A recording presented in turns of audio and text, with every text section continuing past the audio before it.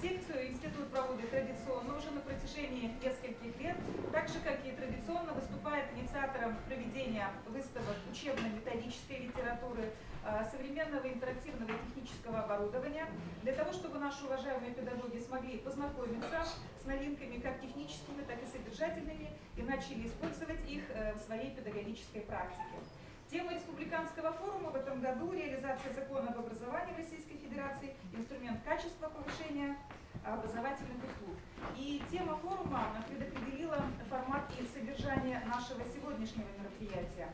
Мы решили, что это будет панельная дискуссия, и тема нашей дискуссии – развитие кадрового потенциала как фактор повышения качества образования в Республике Коми. Тема, как вы понимаете, не теряет своей актуальности уже несколько лет. Вы также знаете о том, что принята в республике программа мероприятий по кадровому обеспечению отрасли образования Республики Коми на 13-17 годы, и институт является одним из основных исполнителей этой программы. И сегодня, безусловно, мы расскажем вам о тех проектах, о тех инновационных направлениях, которые мы проведем в рамках реализации этой программы.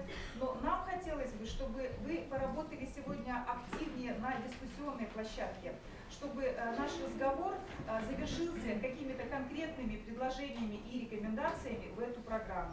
Поэтому я желаю всем нам конструктивной, созидательной, творческой работы, потому что приятно видеть знакомые лица, давних партнеров, друзей института. И я думаю, что вот такой диалог, наше долгосрочное сотрудничество, оно сыграет свою роль в том, что и сегодня наша площадка сработает конструктивно, положительно, и мы с вами выработаем некие предложения для того, чтобы программа заработала, мы приняли ее, и кадровая ситуация в отрасли образования, чтобы она улучшилась.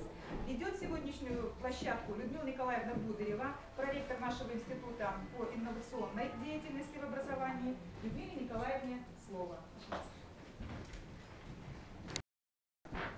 Готовится и существует уже проект профессионального стандарта руководителя. На подходе профессиональные стандарты системы дополнительного для педагога дополнительного образования. И это только первые ласточки, то есть система профессиональных стандартов, она будет внедрена практически на каждом уровне и для каждой группы специалистов. Евгения Петровна совершенно верно сказала о том, что да, сегодня в Республике Коми существует программа развития образования в Республике Коми на 13-17 год. Эта программа была принята в сентябре 2013 года, и первый виток или первый старт мероприятия стартовали уже в 2014 году. Поэтому, уважаемые коллеги, нам очень бы хотелось, чтобы сегодняшняя встреча прошла в доверительной и активной, такой дружественной обстановке. Почему? Потому что проект изменений, внесение тех пожеланий, которые мы от вас услышим, в эту программу было бы своевременным и актуальным изменением, внесением вот этих плановых мероприятий в работу систему кадрового обеспечения республики, систему образования республики в целом. Уважаемые коллеги, надо сказать, что далее формат нашей работы будет согласно той программе, которая у вас на руках. В качестве экспертов сегодня выступает Уленцевич Владимир Михайлович, кандидат педагогических наук, первый проректор КРИРО. Далее, Апалькова Ирина Григорьевна, проректор по модернизации общего образования. Мжиновадзе Наталья Шакровна, заведующая Центром развития профессионального образования. Смирнова Светлана Васильевна, кандидат педагогических наук, заведующий кафедрой воспитания и развития личности. Демина Эльвира Михайловна, заведующая Центром развития образовательных систем. Ныркова Светлана Анатольевна, заведующий Центром аттестации и экспертизы образования. Торлопова Елена Анатольевна, методист Центра развития общего образования. Уважаемые коллеги, мы приглашали и с удовольствием представляем еще одного эксперта. Это Марину Петровну Герасимову, заместителя директора учреждения профессионального образования педагогический колледж Сыктывкарский.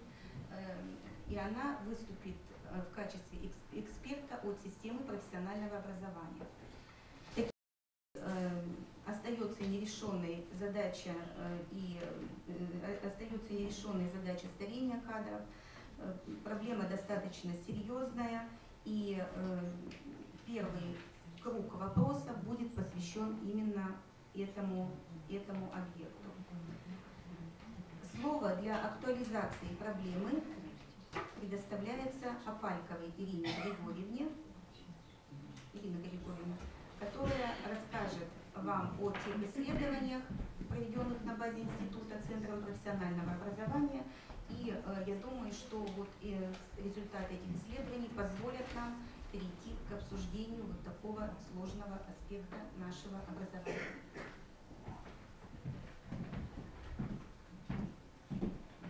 В 2014 году Центр развития профессионального образования провел мониторинг профессиональных намерений и планов выпускников 9 и 11 классов общеобразовательных организаций Республики Коми. И на первом слайде, к сожалению, не удалось поменять цвет, представлены такие результаты, представлены профессиональные предпочтения учащихся 9 классов. Такая профессиональная сфера, как образование и педагогика, занимает в этом перечне только 8-ю позицию, пропуская вперед такие профессиональные сферы, как транспорт, государственное управление, здравоохранение, сервис обслуживания населения, информационные системы, культуру, искусство и спорт.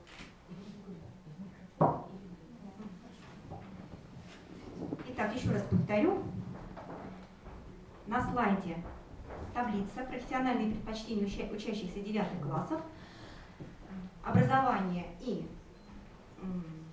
педагогика занимают в этой таблице 8-ю позицию. Аналогичная таблица дает нам представление о профессиональных предпочтениях учащихся 11 классов. Профессиональная сфера, о которой сегодня идет речь, образование и педагогика, занимает 6-ю позицию после таких профессиональных сфер, как государственное управление, здравоохранение, юриспруденция, информационные системы, экономика, бухгалтерский учет. Таким образом, мы можем сделать вывод, что имидж профессии педагог в нашей республике не так высок, как хотелось бы. Это небольшой фрагмент исследования, проведенного Центром профессионального образования, но тем не менее он дает представление о том, что действительно актуальность данной проблемы, она налицо. Уважаемые коллеги, сейчас нам очень хотелось бы услышать ваше мнение по поводу этой ситуации, и поэтому озвучим проблемный вопрос. Выпускники школ выбирают педагогическую профессию по остаточному принципу. Как вы считаете, согласны ли, во-первых, вы с этим утверждением и соответствует ли оно ситуации, в соответствии с вашей практикой и с вашим пониманием? И самое главное, каковы, на ваш взгляд, формы и выходы из этой ситуации?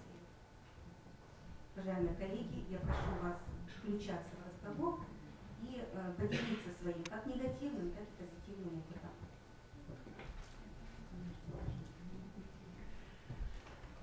Можно?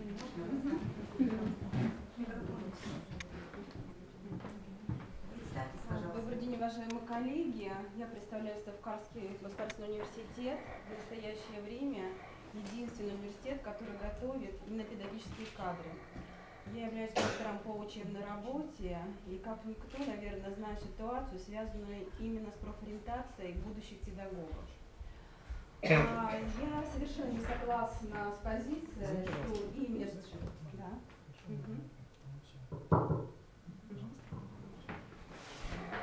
Я лично... Чуть-чуть, простите, сейчас подстроюсь под наш микрофон. Уважаемые коллеги, выражаю не только свое мнение, но мнение, наверное, всего коллектива университета, что имидж педагогической профессии за последние годы он возрастает. И здесь я буду апеллировать реальными фактами, статистикой. То есть в настоящее время в рамках контроля цифр приема университет имеет ежегодно 300 мест, которые финансируются за счет федерального бюджета. Конкурс заявлений в этом году составил 5 человек на место. Если мы говорим о целевом приеме, в этом году изменилась технология, и мы заключили 126 договоров на целевое обучение. По другим направлениям это в 10 раз меньше. Поэтому если мы говорим о механизмах, которые существуют в рамках федеральных университетов, они в настоящее время, на мой взгляд, полностью удовлетворяют ту потребность, которая есть в Республике Коми. Вопрос в другом. Вопрос профориентации, которая должна осуществляться именно в муниципальных образованиях. Начиная с прошлого года в университете реализуется дорожная карта по привлечению на специальности направлений подготовки, которые мы считаем наиболее востребованными в Республике Коми. Это здравоохранение, это образование и педагогика. Зачастую мы вопрос задаем нашим коллегам-учителям. Какие направления подготовки вы знаете, которые реализуются в университете? Вот я могу какой-то вопрос задать, и я знаю, что не все даже ответят на вопрос, какие направления в настоящее время готовят специалистов в рамках укрупненной группы образования и педагогика. Далее, когда мы общаемся с нашими коллегами, возникает очень адекватная обратная связь, связанная с тем, что мы сами зачастую формируем имидж профессии педагога не совсем на таком профессиональном уровне. Нам коллеги говорят, мы наших выпускников отговариваем быть учителями, потому что это очень трудная профессия, нам очень тяжело работать. Поэтому здесь на самом деле важна концепция, которая выстраивается на уровне каждого муниципалитета, каждой школы по привлечению наиболее способных и подготовленных детей, которые пришли бы после обучения в университете именно к вам, в ваши школы. Поэтому вот в настоящее время именно концепция профориентации, которая должна быть разработана на уровне Республики Коми, она является, на наш взгляд, очень актуальной. И мы предлагаем вот вопрос этот не только рассматривать, но и представить на рассмотрение правительства Республики Коми. Спасибо, спасибо большое. Можно вас попросить? Представьтесь, пожалуйста. Болотова Галина Владимировна, проектор по учебной работе Ставкарского госуниверситета. Галина Владимировна, большое вам спасибо за выступление. Мы не знали, что вы присутствуете в зале, поэтому я думаю, что вы вот как раз ваше выступление, оно было такого экспертного плана. Поэтому мы будем к вам обращаться, если позволите, да, для того, чтобы вы уже как эксперт высказали свое мнение именно от системы профобразования также. Действительно, мы ощущаем себя, ну, так сказать, в центре, что ли, событий во многом, поскольку находимся между институтом, университетом теперь и школой. Поскольку также мы осмысляем, осознаем те проблемы, те задачи, которые стоят перед педагогической профессией. Вот. Ну и, в общем-то, очень интересно все мнения, которые сейчас здесь прозвучали, да, они такие полярные, что вот я не удержалась от искушения, чтобы их не записывать. Ну вот Галина Владимировна, например, говорит, что проблема в том, что необходима профориентационная концепция, да, я правильно поняла, для муниципалитетов на уровне республики.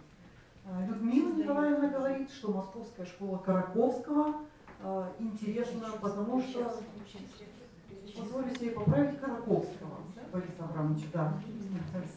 Вот, интересно тем, что туда идут все-таки под личность этого педагога, да? И 30% действительно вот, возвращаются работать в школу. Татьяна Платоновна говорит, что отрицательный имидж складывается благодаря неким опосредованным факторам, таким как доска позора Коми, например. Да? И Марина Геннадьевна говорит, что у нас также западает специальная профессиональная подготовка этим молодым выпускникам сложно. И вот, в общем-то, действительно, исходя, ну, это одно проблемно-смысловое поле, в котором мы действительно все находимся, да, и вот исходя из осознания и работы с этим проблемно-смысловым полем, у нас, в общем-то, действительно родился проект на пересечении вот всех этих направлений: школы, института, воздействия опосредованных различных факторов. Мы назвали его несколько поэтично: призвание учитель, Ну, в этом поэтичном названии, в общем-то, у нас действительно заложены и наши мечты в том числе. Что здесь скрывается в этом проекте, я хотела бы немножко показать. Во-первых, это проект организации в системе профильного обучения предпрофильных, в первую очередь, и профильных классов именно педагогической направленности.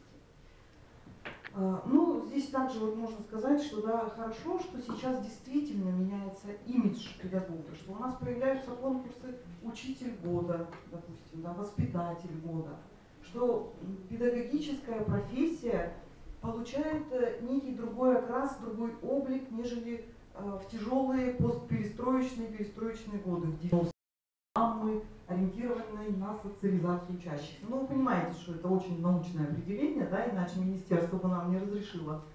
Анна Викторовна, в чем заключается суть проекта? Вот. Но суть проекта как раз за вот этими словами она и скрывается, и сводится к тому, чтобы поднимать имидж профессии деятельностным методом, начиная со школьной скамьи. Чтобы создать вот эту точку пересечения между личностью педагога, между вот той самой школой Тарковского, и между тем, что необходима какая-то концепция, может быть, надпредметная, надобразовательная для всей республики. Да, то есть сделать какие-то и официальные разработки, и вот эти личностные. Ну и, собственно, чтобы открыть в некоторых пилотных, вот здесь на слайде они вам представлены, образовательных организациях республики педагогические классы, профильные и предпрофильные классы, которые будут работать по достаточно интересной деятельностной программе. С проектом, кстати, можно ознакомиться, он у нас вывешен на нашем официальном сайте. Да, ну вот посмотрите, например, некоторые моменты, да, то есть здесь все, некоторые моменты. Уважаемые коллеги, это очень большой план, да, поэтому он требует приближенного ознакомления. И, Светлана Васильевна, расскажите, пожалуйста, все-таки на уровне среза, какую получили информацию из образовательных учреждений, которые являются опорными площадками в данном направлении. То есть срез показал, что хотят дети или не хотят обучаться по... Ну, те 4 муниципалитета, в которые мы обратились и которые откликнулись на этот проект, там, да, ну, я не могу говорить об устойчивом интересе пока к этому проекту, но, тем не менее, педагогический класс, муниципальный педагогический класс мы все-таки откроем, скорее всего, в каждом муниципалитете. Что такое муниципальный класс? Буквально 2 слова, да? Не надо? Уважаемые коллеги, вопрос в том, что спасибо большое, Светлана Викторовна. Вопрос заключается в том, что мы не смогли открыть профильные классы, потому что не было желающих. Открыли сегодня только элективные курсы, то есть предпрофиль. Надеемся, что после того, как дети освоят этот профиль, желание появится пойти дальше, ближе к профессии. Коллеги, возвращаясь к вопросу о престиже педагогической профессии, институт внес в 2015 году, мы планируем внести свою лепту в повышение престижа педагогических профессий. И с этой целью институтом будет организован конкурс информационных стендов, посвященных педагогической профессии. И второе мероприятие – это фестиваль социальной рекламы «Образовательное пространство». И мы надеемся, что с вашей помощью мы как раз-таки достигнем всех целей и задач, которые ставят перед собой конкурс. Это повышение престижа педагогической профессии и также ознакомление выпускников, их родителей с миром педагогических профессий. Если коротко, то сроки этих конкурсов – это будет конец февраля, начало марта 2015 года. В конкурсе лучших информационных стендов педагогических профессий могут принять участие все общеобразовательные организации Республики Коми, которые имеют, в которых есть стенды. Поэтому мы разошлем всем эти уже положения, и вы можете принять участие. А пока с проектами положения вы можете ознакомиться на нашем сайте. А вопрос можно? Да. Курсы платные, да? Нет, участие бесплатное. Да, бесплатное и с призовым фондом. Уважаемые коллеги, есть ли вопросы? Таким образом, мы говорим о том, что сегодня в республике формируется ряд мероприятий, да, и будем надеяться, что они явятся как раз тем основанием, которое позволит нам в дальнейшем считать, что действительно профессия педагог востребована, и именно эта строчка в нашей табличке сравнительной будет стоять на первом, ну, в крайнем случае, втором месте. Поэтому и еще один момент хотелось бы подчеркнуть. Несмотря на то, что в формировании вот такой широкой образовательной среды важна роль и конкурсов, и различных программ и проектов, безусловно, важно еще и каким образом и какова корпоративная культура той образовательной организации, в которой работает учитель. Все-таки основа и вот та среда и та культура организационная, она формируется именно со школьной скамьи. Почему мы решили пойти на ступень ниже и начинать формировать готовность к педагогической деятельности, желание и любовь к педагогической профессии со школьной скамьи. Наши проекты посвящены именно этому. Уважаемые коллеги, таким образом, я думаю, что мы приступаем ко второму вопросу нашей программы актуализации этого вопроса. Актуальна ли проблема закрепления молодых кадров для вашей образовательной организации и какие эффективные способы решения этой проблемы вы можете предложить? Закрепление молодых кадров. Проблема такая существует, поскольку вот здесь даже в зале у нас прозвучали некоторые цифры. Уважаемая коллега, да, вы сказали о том, что пришло несколько молодых специалистов, и часть из них не выдерживают, уходят из школы. Пожалуйста, Ирина Григорьевна. Нами было проведено анкетирование руководителей образовательных организаций Республики Коми. Огромное спасибо тем, кто откликнулся и прислал ответы на наши вопросы. В анкетировании приняло участие 80 респондентов. Это директора детских садов, заведующие детских садов, директора школ и руководители системы дополнительного образования детей. Нас очень заинтересовал ответ вот на такой вопрос. Какова кадровая политика образовательной организации, на кого она прежде всего направлена? Мы получили очень интересные данные. Обратите внимание, 76,6% участвовавших в анкетировании предпочитают видеть в своих образовательных организациях именно молодых специалистов, окончивших СУЗы и вузы Республики Коми, несмотря на то, что 83% респондентов оценивают уровень подготовки выпускников СУЗов и вузов нашей республики как средний. И посмотрите, обратите внимание, нужно было выбрать два ответа из предложенных, и поэтому вот эти ответы набрали большее количество голосов. И обратите внимание, все-таки руководители образовательных организаций желают видеть у себя молодые лица, наверное, либо уже решая проблему старения педагогических кадров, либо в преддверии решения этой проблемы. Никакие мероприятия не проводились, но они нужны. То есть 15% респондентов задумались о том, наверное, что такие мероприятия в образовательных организациях проводиться будут. И несмотря на то, что молодые специалисты в образовательных организациях желанны, проводятся различные рекламные мероприятия с целью привлечь их в образовательные организации,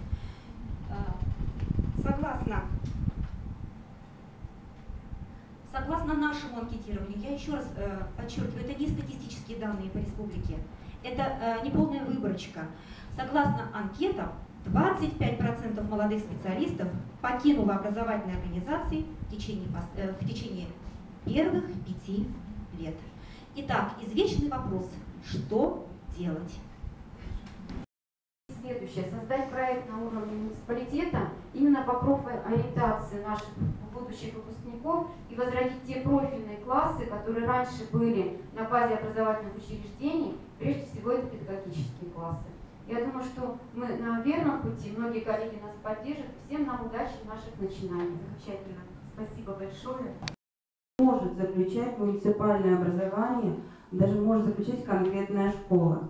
И мы уже вышли с предложением на уровень правительства Республики Коми, чтобы с обучающимся заключался договор о целевом обучении не только во время приема, но и во время именно процесса реализации основной образовательной программы. То есть вы можете отбирать наиболее способных, квалифицированных обучающихся, заключая с ними договор о целевом обучении, и вот все те материальные блага, о которых вы говорили, это может муниципалитет включить договор о целевом обучении. Анатольевна совсем недавно была представителем, руководителем муниципальной службы города Сыктывкара, поэтому ее вопрос именно по сути образования и ситуации в муниципалитете города Сыктывкара. Как вы угадали? Итак, уважаемые коллеги, действительно была такая версия стажировки, и у муниципалитета города Сыктывкар действительно в этой связи есть положительный и, на мой взгляд, продуктивный опыт. Доказательством тому слова Татьяны Платоновны, да, я напоминаю, это директор школы номер 30. В Сыктывкаре, да, проводился уже 2 года, а реально это осуществлялось более чем 2 года, конкурс молодых педагогов, педагогический дебют. Так вот, с молодыми педагогами занимаются, да, вот в период до полугода, да, с ними проводится стажировка, учебные семинары и сами конкурсные мероприятия, которые проходят в самой разнообразной форме, начиная от открытого занятия, да, заканчивая конкурсами импровизации, которым вот, в частности привлекался эколого-биологический центр, проводится весьма интенсивно. То есть, которые высказывали учителя, да, по поводу организованной работы, они как раз говорили о том, что для них это важно, это ценно, это мотивирует и заставляет задуматься о продолжении такой работы, да, работы в школе. Ну, а вот как раз, наверное, когда мы говорим о преобладании стимулирования материального, называются столь, да, существенные денежные суммы, то мы имеем в виду ситуацию, когда, да, я пришел, поработал, я эти деньги получил, а дальше я ищу какие-то другие способы зарабатывания, но не профессионального развития. Наш институт предлагает для молодых учителей следующий конкурс, но вы, конечно, очень хорошо знаете про эти конкурсы, просто напомню. Это республиканский конкурс «Учитель года», и в рамках этого конкурса уже 3-й год проводится номинация «Молодой учитель». В этом году мы впервые провели... Говорим о молодых специалистах, о учителях. Помним о великой миссии педагога, которому поручено формирование, развитие нового человека. Той миссии, которой учат, если помним, учат в пединститутах, в педколледже, сегодня в университете. Если помним, до 91 года в пединституте в дипломе о высшем образовании вместе с квалификацией давали... Что давали? Не только значок. В дипломе, прочитайте, стажисты, давали звание учитель. Вот тогда это действительно приходил на работу и понимал, ты работаешь, потому что тебя призвали. Тебе дали это великое поручение служить государству. Сегодня в школе приходят молодые специалисты, насколько они помнят о том, какую профессию они выбрали, зачем они приходят в школу. Вот разговаривать об этом, мы понимаем, сегодня призвана система методической работы. Говорить об этом, не просто убеждать, не просто платить, а выстраивать индивидуальные планы развития не только профессионального, но сколько личностного. И только личность может воспитать и развить другую личность. Вот об этом желательно помнить и руководителям образовательных учреждений, руководителям этого направления работы, замом по учебно-воспитательной работе, по учебной работе, по методической, ну или сегодня, как востребовано, научной методической работе. Форм, моделей, я когда готовилась к этому форуму, понимала, да, Или я сегодня покажу все возможные модели организации методической работы, вы понимаете, что у нас даже на уровне республики очень много разработано, в каждой школе своя индивидуальная модель, система работы. И их много, и опыт очень многих школ обобщен в наших дипломных работах в рамках менеджмента в образовании. Интересные карты индивидуального развития, паспорта индивидуального развития в рамках личностно-ориентированного, компетентностного, нового для сегодняшнего дня системно-деятельностного подхода разработано. Этот опыт обобщается, он есть. Спасибо большое. Очень важные вопросы затронула Эльвира Михайловна. Так скажем, чтобы обобщить наши с вами выступления, высказывания по второму вопросу, смотрите, пожалуйста, на слайд. Вернемся к нашей анкете. Мы не удержались и задали руководителям образовательных организаций такой вопрос. Какие факторы, на ваш взгляд, способствуют адаптации и закреплению молодых педагогов в образовательной организации? И да, были ответы 1-2, наличие жилья. Но обратите внимание, все-таки первую позицию занимает поддержка со стороны администрации, коллег и родителей. Обратите внимание на третью позицию, это благоприятный микроклимат в образовательной организации. И только второе место занимает материальное стимулирование. Это мнение руководителей образовательных организаций. Уважаемые коллеги, поэтому, наверное, надо резюмировать. Вас интересует, что в ваших руках?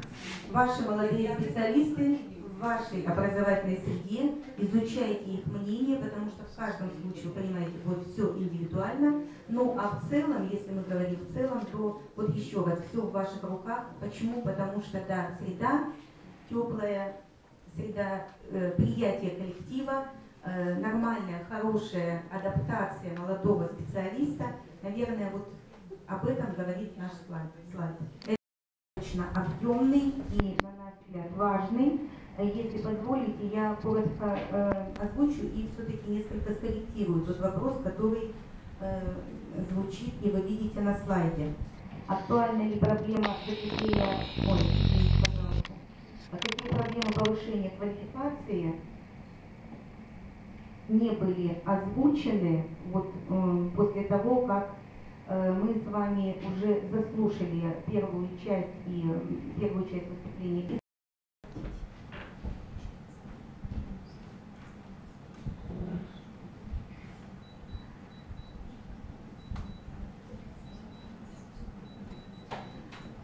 Нашим институтом реализуются модульные дополнительные профессиональные программы повышения квалификации и профессиональной переподготовки. И в связи с этим нас очень заинтересовали ваши ответы на следующие вопросы. Проходят ли педагогические работники вашей образовательной организации диагностику профессиональных затруднений перед выбором модулей дополнительных профессиональных программ? Обратите внимание, да, проходят 33,3%, нет, не проходят 66,7%. Учитываются ли при выборе модулей дополнительных профессиональных программ запросы образовательной организации? Здесь у нас голоса разделились поровну. Такой же результат мы получили при ответе на следующий вопрос. Учитываются ли при выборе модулей дополнительных профессиональных программ запросы педагога? То есть педагог по наитию выбрал модули, и администрация школьная его в этом поддержала. Следующий блок вопросов связан с тем, каким образом организуется в образовательных организациях обратная связь. Мы очень рады, что руководители образовательных организаций все-таки интересуют, каким образом, с каким результатом отучились их педагоги на курсах повышения квалификации или профессиональной переподготовки. Но обратите внимание, формы как бы отчета несколько пассивные, да, и традиционные. Это либо выступление на педагогическом совете, либо выступление на методическом объединении, а такие активные формы, как защита проекта и обобщение опыта, встречаются не так уж и часто. И последний вопрос. С какими проблемами, связанными с повышением квалификации педагогических работников вашей образовательной организации, вы столкнулись в первом полугодии 2014 года? Мы получили следующие ответы. Либо отсутствие финансирования, либо недофинансирование 50%. С встает вопрос, наверное, о четкой организации повышения квалификации. Отсутствие или незнание методик диагностики профессиональных затруднений педагога 35%, дефицит неактуальность модулей наших программ 10%, отсутствие какой-либо информации об образовательных организациях, которые реализуют дополнительные профессиональные программы, о программах самих, о сроках, о механизме оплаты и так далее 5%. Качество реализации наших программ не устраивает 1% руководителей образовательных учреждений и очень сетуют руководители образовательных организаций, что у нас мало выездных курсов, хотя, поверьте, их у нас очень и очень много. Ну, значит, недостаточно. Чтобы удовлетворить, да, заявленную потребность. 1%, подсказывают коллеги. Уважаемые коллеги, ваше мнение по поводу организации не получается так, как хотелось бы нам, поэтому ваше мнение по этому поводу нам оно очень важно. Может быть, даже конкретные предложения по конкретным программам. У муниципального ресурсного центра, республиканского ресурсного центра, у руководителей, у педагогов этих учреждений возможность поделиться опытом не только с коллегами своего муниципалитета, но и приглашаются педагоги из других территорий. Да, это действительно для педагогов очень важно, потому что здесь идет самоутверждение. Если мы говорим о имидже педагога, вот здесь он тоже формируется, в этой среде. Спасибо. Спасибо большое еще раз первому проректору по реализации тех программ, которые сегодня в институте предлагаются для вас и ваших педагогов, и по, наверное, Владимир Михайлович, по тем изменениям, которые мы закладываем уже сейчас на будущий год. По изменениям, если будут вопросы, потом ответим. Первая ситуация, я полагаю, что сегодня наш разговор оказался конструктивным, полезным для обоих сторон. И прежде всего для нас в выборе тех приоритетов, которые будут связаны с понятием профессиональной переподготовки и повышения квалификации. Так вот, определяя эти приоритеты, мы, естественно, должны сегодня понять, в чем они. Первая ситуация в системе воспитания, то есть классный руководитель, воспитатель и тому подобное.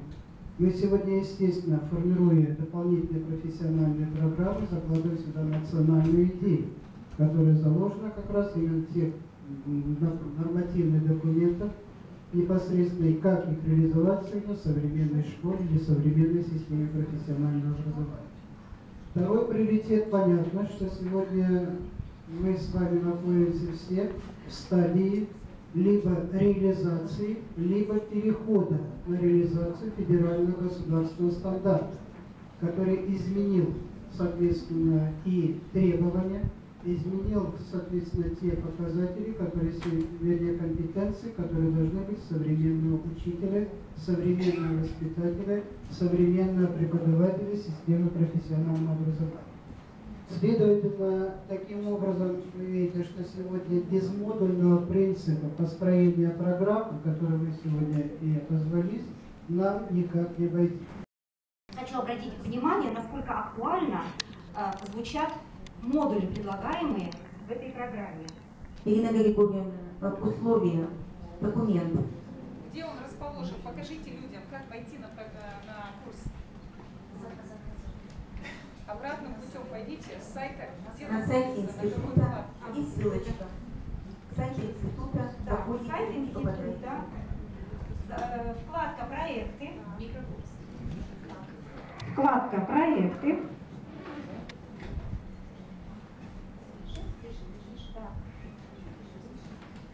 Педагогическая школа самообразования.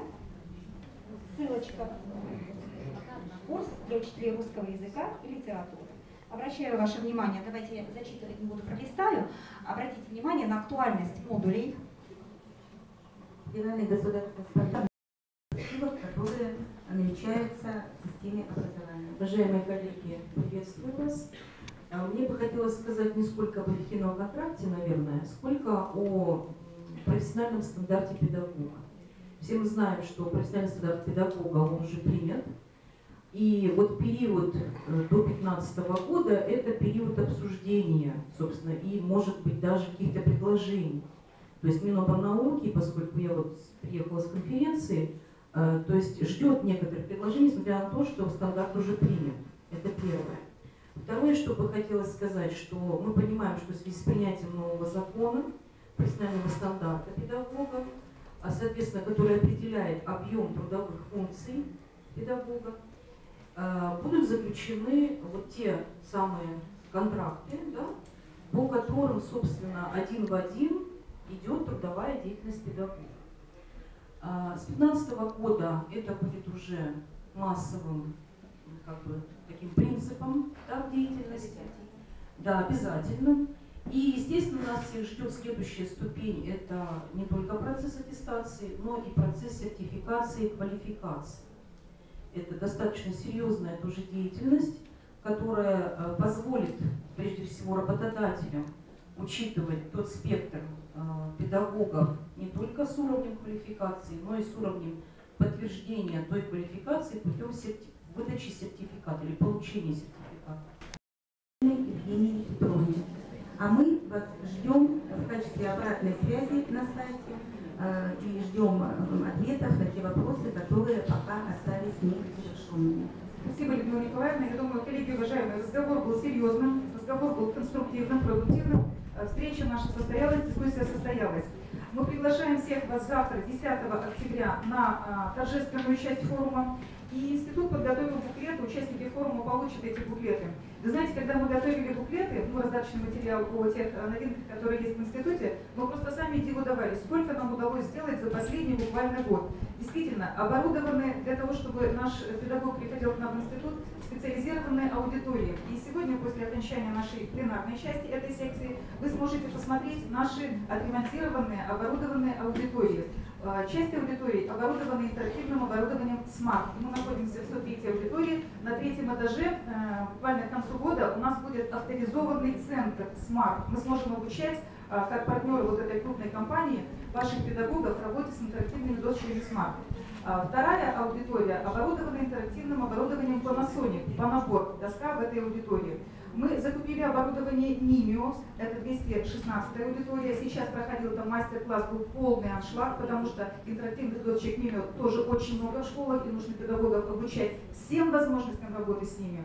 И еще у нас в 218-й, самой большой аудитории, будет размещена интерактивная доска Prometheus. Очень новая, такая интересная. Поэтому вот для того, чтобы педагоги увидели последние достижения интерактивной техники, мы пошли путем создания специализированных лабораторий.